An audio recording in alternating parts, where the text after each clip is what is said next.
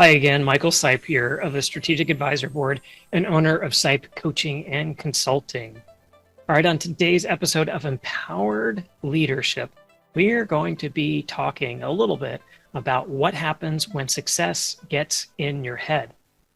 Now, when you think about getting in your head, I'm not talking about getting full of yourself. What I'm talking about is what happens to our brain, what changes when we become more successful. Or more importantly, for your employees, what helps them become more successful?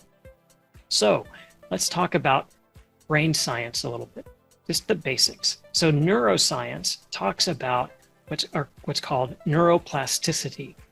And if you think of the brain, there are, of course, millions of neurons in the brain, and they're all firing and wiring together. And those that fire and wire together form what are called neural nets.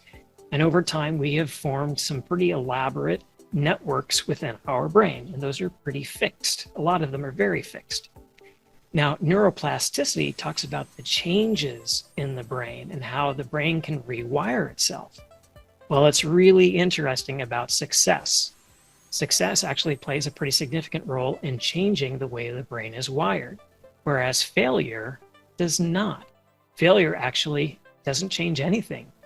So if we're talking about changing our patterns, our behaviors, our actions, our processes as a business owner, it's important to know that we have to instill some changes in our brain and our structure of decision making based off of the success model rather than the failure model. And so what are we trying to do? We're trying to create a positive environment with feedback. Now let's take an example. Let's talk about maybe a sales team. You've got 5 members on your sales team. And one of them, Jessica, is doing really well. She is selling more than anybody else is. So after a week of going through normal sales process of following procedures that are outlined for the sales team, Jessica's just cleaned it up compared to the others. So in a team meeting, obviously you want to congratulate Jessica on doing a great job, giving her some praise. But more specifically, it's not just her, it's the actions she took. Whether it was the tone she used on a call, whether it was an additional element that she brought into the normal procedures, whatever it was that was different, you want to focus on what was done and then giving praise, compliments, maybe a monetary reward, whatever system you have to identify that action that was taken. And that's the success piece. We're recognizing the action of success. Now, what does that do? Well, for Jessica, it helps reinforce and show that what she was doing that was different than everybody else was actually beneficial. And so she's now permanently rewired her brain in that area to be able to actually continue that behavior going forward. Now that's great because that's what you want. You want to have that success going forward. But what about the rest of the team? Are you going to berate them for having failure, or are you going to give them negative remarks about their performance? No, actually what we want to do is have them also identify what it was that that team member is doing well.